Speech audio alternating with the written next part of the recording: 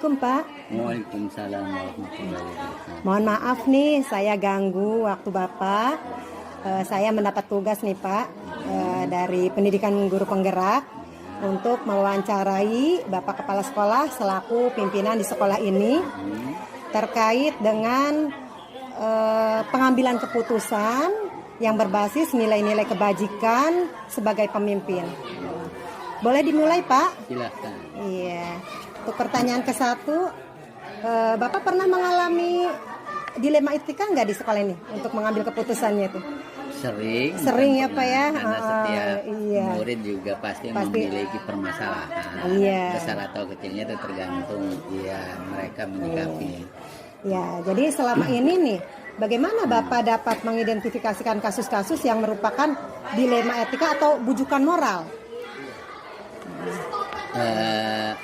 Seharusnya kita kalau untuk mengambil keputusan mengenai dilema etika yang terkait dengan siswa maupun guru, pasti kita itu mempunyai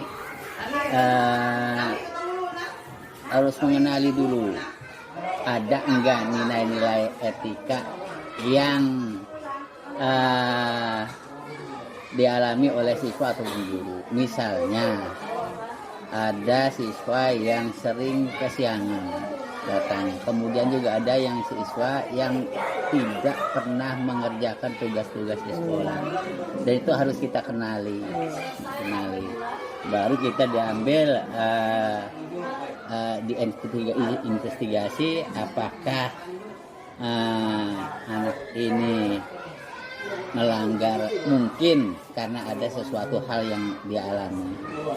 Jadi melakukan dilema etika ya Pak. Iya. Satu sisi kita harus menerapkan tata tertib, peraturan. Iya. Satu sisi juga kita harus melihat bagaimana, kenapa terlambat terus itu. Jadi itu itu merupakan dilema ya, sama-sama mengandung kebajikan atau kebaikan ya Pak. Iya. Jadi Bapak mengidentifikasi dulu ya, mengenali masalah-masalah itu apa saja ya. Mengenal dulu. Kemudian pertanyaan kedua, selama ini bagaimana Bapak menjalankan pengambilan keputusan di sekolah Bapak, terutama untuk kasus-kasus di mana ada dua kepentingan yang sama-sama benar atau sama-sama mengandung nilai kebajikan. Seperti yang saya ambil contoh tadi, kita misalnya punya anak kesiangan atau misalnya tidak pernah mengerjakan pekerjaan rumah atau tugas yang diberikan oleh guru. Kita investigasi, kita kenali apa masalahnya kesiangan, apa masalah tidak mengerjakan tugas-tugas. Kemungkinan kita setelah mengetahui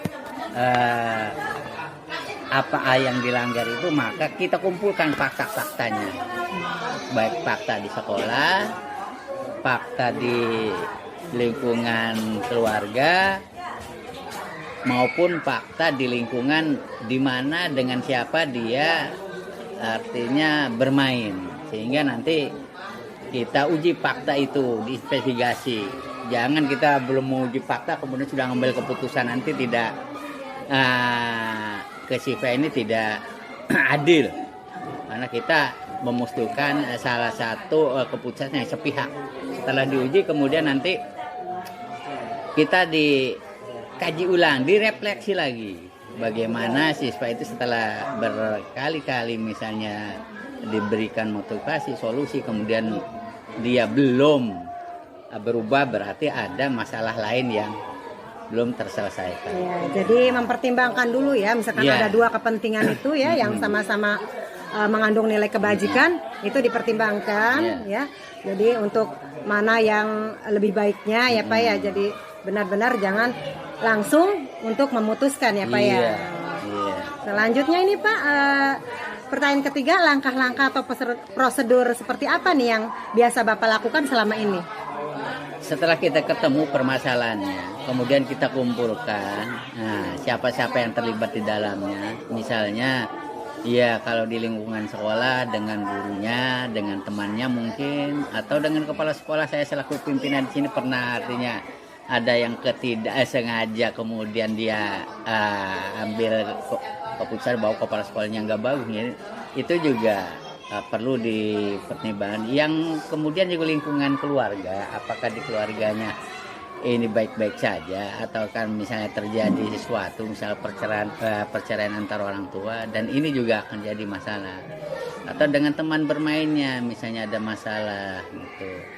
Setelah itu baru kita kumpulkan semuanya, karena kalau faktanya itu misalnya di keluarga, maka orang tuanya lah yang harus dipanggil ke sekolah untuk menyelesaikan ini. Ya, Sehingga tahu bahwa permasalahan ini terjadi di lingkungan keluarga. Misalnya mereka ini korban perceraian orang tuanya, kemudian pindah domisili, dan domisili itu di luar kecamatan sekolah itu. Misalnya pipitannya di kecamatan Lantaka, dia itu di kecamatan Cipocok yang lumayan cukup jauh. Kemudian juga dengan transportasi yang macet, kemungkinan pasti dia akan terlambat. Oleh karena itu ada diskualifikasi atau kebijakan sekolah untuk datang seharusnya jam 7.15 sudah di sekolah, bisa jam 8. Itu pun sebagai kebijakan. Untuk ke sana nanti diambil solusinya bagaimana supaya tidak terlambat. Ya, harus duduk bersama ya, Iya. Pak, duduk bersama, Yang kedua juga bermusyawarah harus ya. cari dulu misalnya anak ini siapa guru idolanya, siapa yang merasa disegani. Tidak semua guru disegani oleh satu orang siswa, mungkin guru lain juga ke siswa lain, dan itu biasanya yang sangat efektif karena ada tauladan dari salah satu guru, maka dia siap akan manut dan tunduk pada aturan guru itu, termasuk nasihat-nasihatnya. Oh ya, ini menyambung sama ini Pak ya, pertanyaan yang keempat ya. Iya. Bahwa tadi hal-hal apa saja yang selama ini Bapak anggap efektif dalam pengambilan keputusan Iya. pada kasus-kasus dilema etika Iya, tadi ya. betul. Jadi yang efektif itu bagaimana Pak? Ada teladan Ya, idola ya idola. untuk siswa ya. Nah, Jadi menyambung yang tadi. Jadi ini untuk pertanyaan berikutnya, hal-hal apa saja nih Pak yang selama ini benar-benar merupakan tantangan dalam pengambilan keputusan pada kasus-kasus dilema etika yang menjadikan tantangan Bapak bagaimana nih? banyak, kadang satu karena ada diskualifikasi, karena ada kebenaran Dispensasi yang gitu ya. dilanggar, kemudian dia ambil kebijakan karena mungkin karena sesuatu hal, dan ini akan menjadi contoh tidak baik bagi teman-teman yang lain yang sekelasnya. Kenapa datang siang kok nggak disanksi? Itu akan jadi masalah. Masalah tantangannya dari Masalah. murid Iya, ya. dari murid, Dari masyarakat. Karena ya. anak ini datang siang pasti orang Iya, sekitarnya cemburu melihat. sosial ya pasti Pak ya. itu. Tuh. Nah, yang kedua juga mungkin pelajaran sudah berjalan, Iya. gitu tuh. Dan guru juga harus mengulang. Iya, mengulang. Itu Iya, tantangan mengulang. ya. Tantangannya itu. Dan siap-siap guru kalau misalnya ada masalah, ya siap-siap. Karena tugas di sekolah itu bukan hanya kepala sekolah, guru, semua stakeholder sekolah Iya. itu bertanggung jawab. Semua Iya. terlibat ya Pak ya, Terlibat, bertanggung iya. jawab untuk kemajuan anak murid ya. Iya. Selanjutnya Pak, ini pertanyaan ke-6. Apakah Bapak memiliki sebuah tata kala atau jadwal tertentu nih dalam sebuah penyelesaian kasus dilema etika? Apakah Bapak langsung menyelesaikan di tempat atau memiliki sebuah jadwal untuk menyelesaikannya? Bentuk atau prosedur seperti apa nih yang Bapak jalankan? Iya, pasti ada jadwal, meskipun jadwal itu artinya fleksibel. Iya, kondisional ya Pak ya. Kondisional. Karena ini kasus ini tidak bisa diselesaikan sekali. Artinya, yang pertama ya harus manggil orang tua. Kemudian juga kapan kita harus menginvestigasi. Kemudian juga kapan kita harus menyelesaikan masalah ini. Itu harus ada jadwalnya. Iya, itu kalau jika permasalahannya yang rumit ya Pak ya. Iya. Jika permasalahan yang tidak terlalu rumit Iya. bisa diselesaikan Bisa. langsung ya Pak ya. Kalau masalahnya nggak rumit, ya Bisa tentunya langsung, nggak dijadwal ibu juga. guru pun bisa Iya. gitu tuh.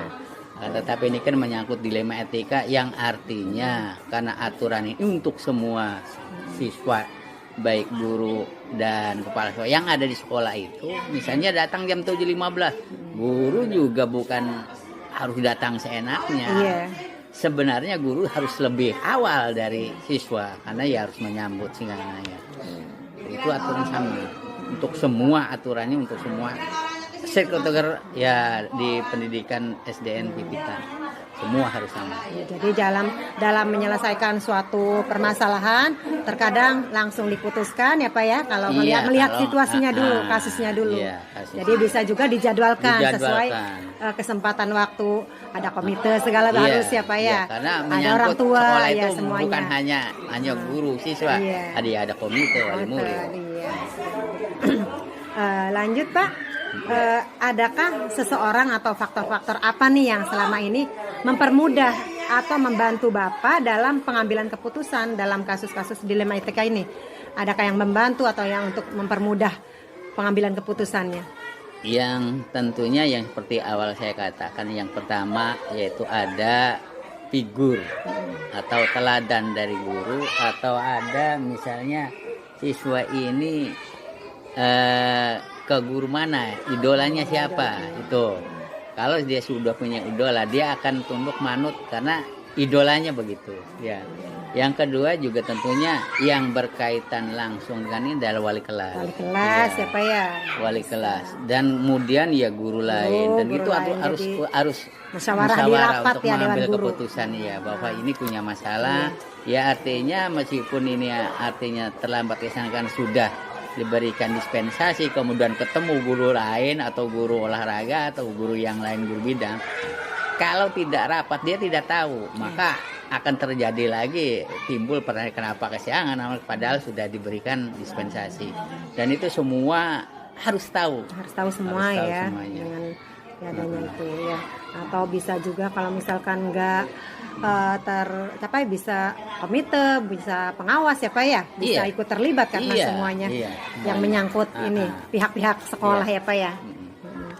Lanjut untuk pertanyaan terakhir nih Pak, dari semua hal yang telah disampaikan Bapak nih, pembelajaran apa nih yang dapat Bapak petik dari pengalaman Bapak ketika mengambil keputusan dilema etika? Banyak pengalaman. Yang pertama tentunya kita yang bisa mengetahui ya, bahwa setiap siswa itu mempunyai permasalahan. Yang kedua juga kami yang tentunya harus berhubungan baik dengan guru, dengan wali murid dan masyarakat demi cepatnya terselesai masalah ini. Itu saja Pak. Terima kasih Pak, pertanyaan sudah selesai. Mohon maaf sudah mengganggu waktu Bapak ya. Kewajiban kami. Iya, terima kasih. Saya pamit dulu Pak. Assalamualaikum warahmatullahi wabarakatuh. Warahmatullahi wabarakatuh.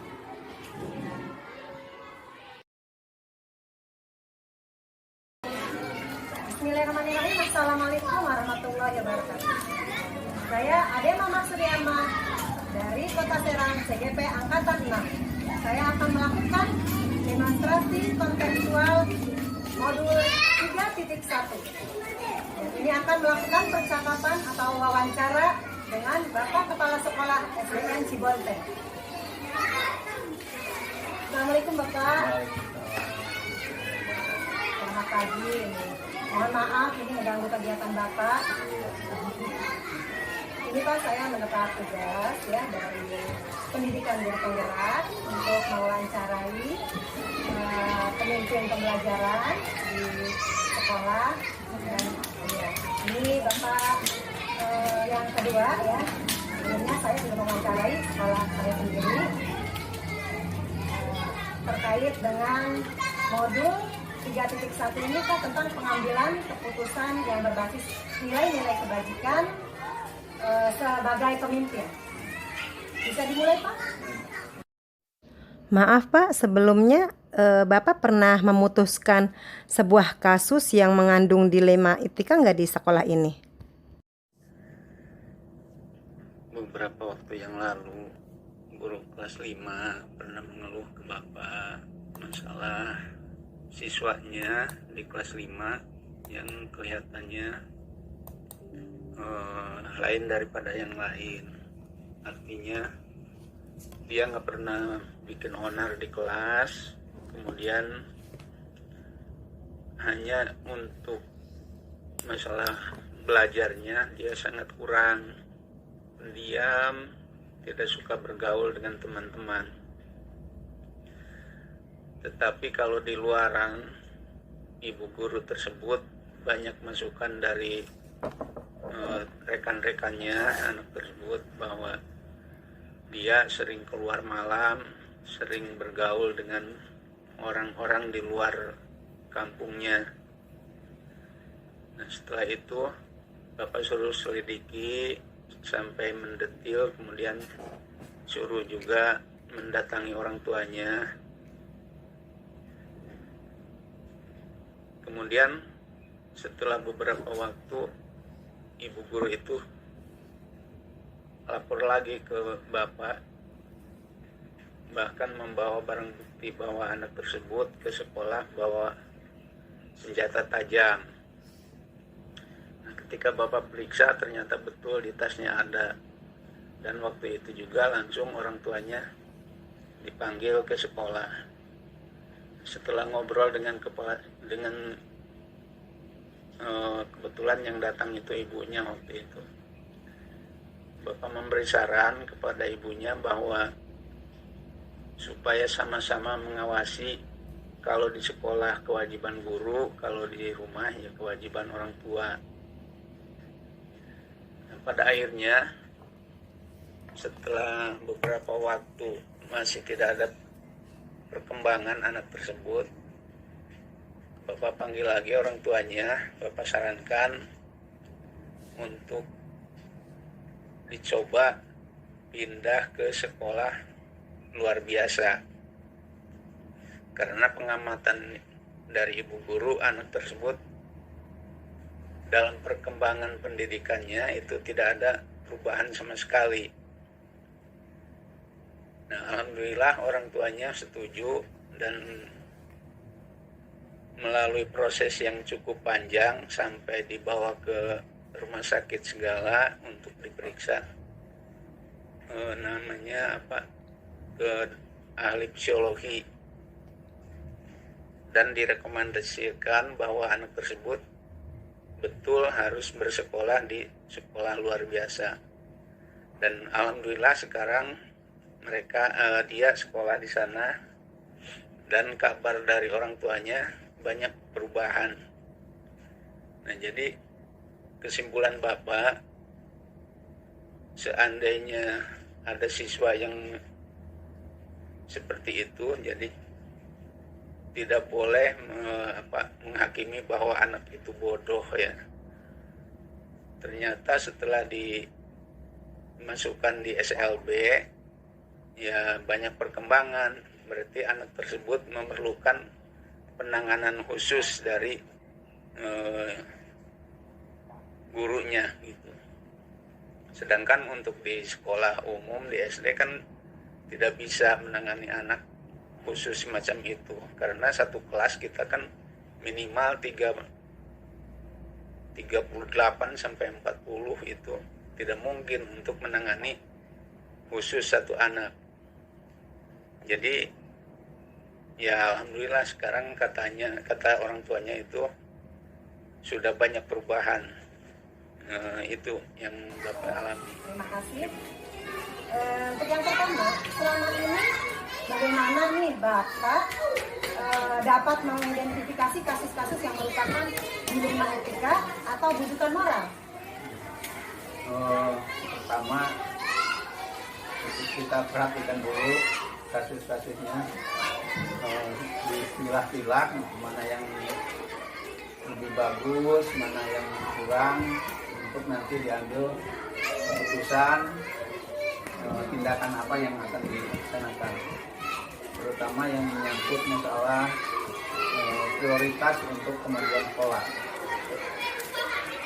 Berarti untuk sekolah Pak ya, jadi kita memilah masalah apa yang terkait dengan sekolah, dan itu yang berkaitan dengan murid ya, berpihak pada murid. Perlu diprioritaskan. Iya, diprioritaskan karena berpusat pada murid, berpihak pada murid. Selanjutnya ini Pak, bagaimana Bapak menjalankan pengambilan keputusan di sekolah Bapak nih, terutama untuk kasus-kasus di mana ada dua kepentingan nih Pak, yang sama-sama benar atau sama-sama mengandung nilai kebajikan? Kalau saya pribadi untuk mengambil keputusan itu tetap minta masukan-masukan dari guru-guru yang lain. Setelah mereka mengutarakan, baru nanti saya akan menimbang mana nih pendapat yang lebih bagus, yang lebih cocok. Nah, itu akan menjadi keputusan sekolah. Jadi tindakannya Bapak musyawarah rapat dewan dulu ya. Jadi tidak bisa secara pribadi. Secara pribadi ya. Jadi, agar mendapatkan mufakat ya Pak ya. Iya, betul. Kalau hasil musyawarah kan pasti didukung oleh semua guru. Selanjutnya langkah-langkah nih Pak ya, langkah-langkah atau prosedur seperti apa nih yang biasa Bapak lakukan selama ini langkah untuk mengatasi masalah itu, dilema yang terkait dengan dilema itu kita ya Pak ya? Iya. Langkah-langkahnya bagaimana kita? Langkahnya pertama kita teliti dulu gitu tuh masalahnya atau kebaikannya seperti apa, apakah ini bisa dikembangkan selanjutnya untuk mengarah ke yang lebih baik. Kalau misalnya masih ditemukan ada kekurangan-kekurangan, kita perbaiki kekurangan. Jadi Bapak akan meneliti apakah masalah ini banyak mengandung kebaikan, Betul, iya. apakah nilai kebajikan ya Pak ya? Jadi pertimbangan ya. Itu prosedurnya. Ada lagi Pak langkah-langkahnya selain itu? Yang biasa dilakukan seperti itu. Iya, yang biasa dilakukan seperti itu ya Pak ya, pengalaman Bapak. Lanjutnya, hal-hal apa saja nih Pak yang selama ini Bapak anggap efektif dalam pengambilan keputusan pada kasus-kasus dilema etika? Yang efektif ya? Yang efektif ya, tadi itu seperti yang sudah saya sampaikan, pertama kita mendapat dari guru yang lain, kemudian kadang ya Bapak juga suka konsultasi dengan rekan kepala sekolah juga, minta pendapat mereka. Iya. Nah, kalau memang misalnya sudah mendapat dukungan dari baik dari guru atau dari teman sejawat, nah itu Bapak ambil keputusan seperti itu. Jadi Bapak ada usaha untuk sharing dengan sesama ya, rekan sejawat sama kepala sekolah ya Pak ya, untuk minta masukannya ya sarannya. Karena kan yang Bapak sendiri nggak merasa sempurna gitu. Ya, semua orang ya Pak ya, Iya. semua ada ininya, mungkin ada dari teman sejawat yang masukannya lebih bagus ya, bisa dari pertimbangan ya Pak ya. Selanjutnya hal-hal apa saja nih Pak yang selama ini merupakan benar-benar merupakan tantangan dalam pengambilan keputusan pada kasus-kasus dilema etika? Tantangannya apa sih? Tantangannya ya terutama untuk di lingkungan sekolah itu kadang dukungan dari masyarakat kurang apa namanya, mungkin mereka belum begitu paham gitu, ada kemajuan pendidikan, sehingga betul-betul kami memerlukan bantuan dari komite. Menyampaikannya Pak ya, karena memang yang dekat dengan masyarakat itu komite ya Pak ya. Jadi sebagai apa namanya, menjembatani ya ketika ada permasalahan di sekolah. Iya, bisa diminta bantuan oleh dari komite dan selalu kami lakukan kerjasama dengan komite. Penting sekali ya Pak ya, Iya. karena memang yang utama itu kita ada kerjasama dengan komite, karena yang terdekat itu dengan masyarakat komite. Iya. Ini Pak, selanjutnya apakah Bapak memiliki sebuah tata kelola atau jadwal tertentu nih dalam sebuah penyelesaian kasus dilema etika? Apakah Bapak itu langsung menyelesaikan di tempat atau memiliki sebuah jadwal untuk menyelesaikannya? Untuk penjadwalan itu sebetulnya Bapak tidak ada jadwal khusus, jadi tergantung pada apa yang akan diputuskan itu. Kalau sekiranya yang akan diputuskan itu terlalu rumit, maka saat itu juga pasti disampaikan keputusannya. Tapi kalau memang perlu pemikiran yang lebih luas, perlu masukan dari yang lain, pasti Bapak minta dukungan atau minta pendapat dulu dari orang lain, dari guru, dari teman sejawat sesama kepala sekolah, atau dari pengawas pembinaan. Ya, itu. Jadi untuk jadwal tidak ada jadwal khusus gitu. Baik Bapak, ini untuk pertanyaan selanjutnya. Adakah seseorang atau faktor-faktor apa yang selama ini mempermudah atau membantu Bapak dalam pengambilan keputusan dalam kasus-kasus dilema etika? Begini ya, setiap mengambil keputusan Bapak itu selalu melibatkan dewan guru di sini, itu baik yang senior maupun yang masih muda. Dan apabila masih dirasakan kurang pendapat mereka, pasti Bapak akan sharing dengan sesama kepala sekolah atau juga mungkin ke pengawas gitu. Iya, untuk supaya lebih pas gitu dalam mengambil keputusannya. Pengambilan keputusannya Iya, ya Pak ya, betul. melihat mana yang terbaik. Iya, betul. Karena memang di dalam kita itu benar lawan benar, Iya. tapi mana yang lebih lebih ininya ya, bermanfaatnya. Betul. Jadi guru ya, rekan Iya. bersama kepala sekolah Iya, betul. dan pengawas ya Pengawas. selaku pimpinan. Iya. Baik Pak, ini pertanyaan terakhir. Dari semua hal yang telah disampaikan Bapak tadi, pembelajaran apa nih yang dapat Bapak petik dari pengalaman ketika mengambil keputusan dilema etika?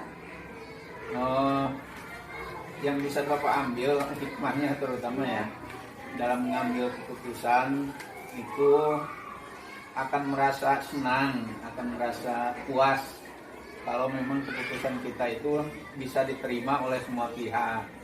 Nah itu bisa terjadi tadi itu karena Bapak selalu minta pendapat dari orang lain ya. Gitu. Jadi bukan istilahnya mendiktator lah gitu. Karena tidak ada yang dirugikan Iya, ya, betul, sama-sama iya. mendapat keadilan Iya, gitu ya betul. sama-sama. Dan semuanya juga pasti berpihak kepada siswa ya Pak Iya, ya, untuk betul. kepentingan siswa. Ada lagi Pak yang bisa diambil pelajarannya? Ya mungkin hanya itu untuk pengambilan keputusan yang tidak memberatkan salah satu pihak gitu, dan terutama untuk kemajuan peserta didik kita. Baik Pak, terima kasih. Wawancara sudah selesai. Mohon maaf nih saya sudah mengganggu waktu Bapak. Percakapan atau wawancara saya dengan Bapak Kepala Sekolah SDN Cibontong. Mudah-mudahan bermanfaat. Saya akhiri. Assalamualaikum warahmatullahi wabarakatuh.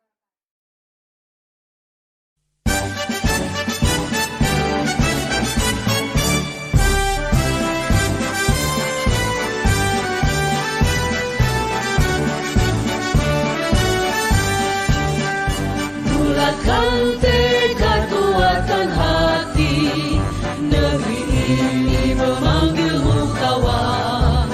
Belajar bergerak berbagi untuk negeri, guru penggerak majukan pendidikan. Guru penggerak menghamba pada murid, kreatif rancang pembelajaran. Hargai potensi, tingkatkan prestasi, lahirkan profil pelajar Pancasila. Belajar